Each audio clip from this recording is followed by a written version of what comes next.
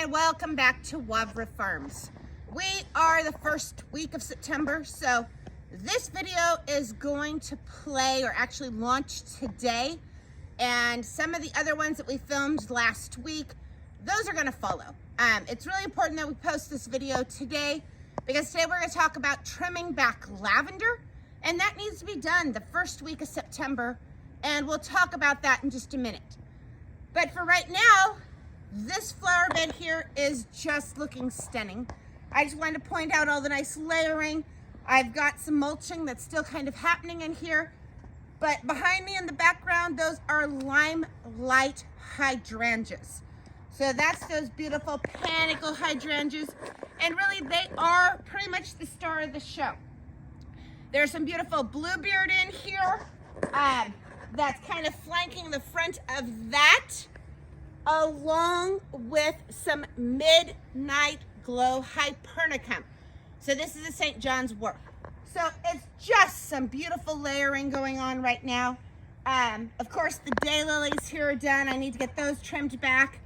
The coleus, my annuals in this bed, are looking fantastic, along with the sweet potato. And so those have really come along. I mean, altogether, this flower bed sees morning sun till about 1 o'clock, gets a little bit of shade, and then gets the hot afternoon heat. So it is just looking stunning, and we're just so happy with how this whole flower bed has come along. But today I want to come up here and focus on this lavender. So the reason we want to air this video today is it's really important this first week of September to get your lavender sheared back. Whether or not it's done blooming, now is the time to do it in order to prevent that hard woody growth that you get in aged lavenders. So by giving it a really harsh shear the first week in September will allow it enough time to regrow before we go into winter. So I've got my bucket here today so I don't make a mess. I'm going to start with this one right here. And what I want to do is take my clippers and just take a handful, and I want to just start cutting it back.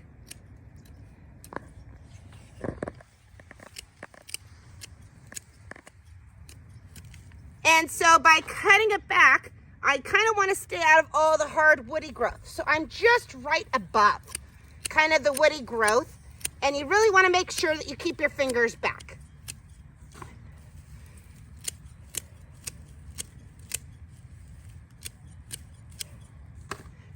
And so I'm going to do this to the whole plant. So I'm going to kind of go quickly through. And you know, I did get right here, it's like a little bit of the woody growth right here that I did get into because I got a little bit low. So if that happens, just readjust, come up a little bit, and give it a nice prune. So on this stem here, you can see here's the hard woody growth down here. These brown spots here, these are just some spent blooms. So I can give that a whack, kind of back down in like so. And what this is gonna do is it's gonna regenerate this lavender so that I don't get the nasty wood growth.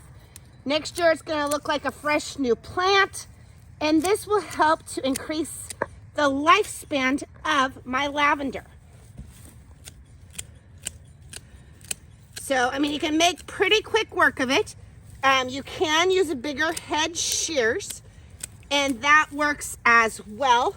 I just didn't want to make a complete mess, especially after I just got done mulching.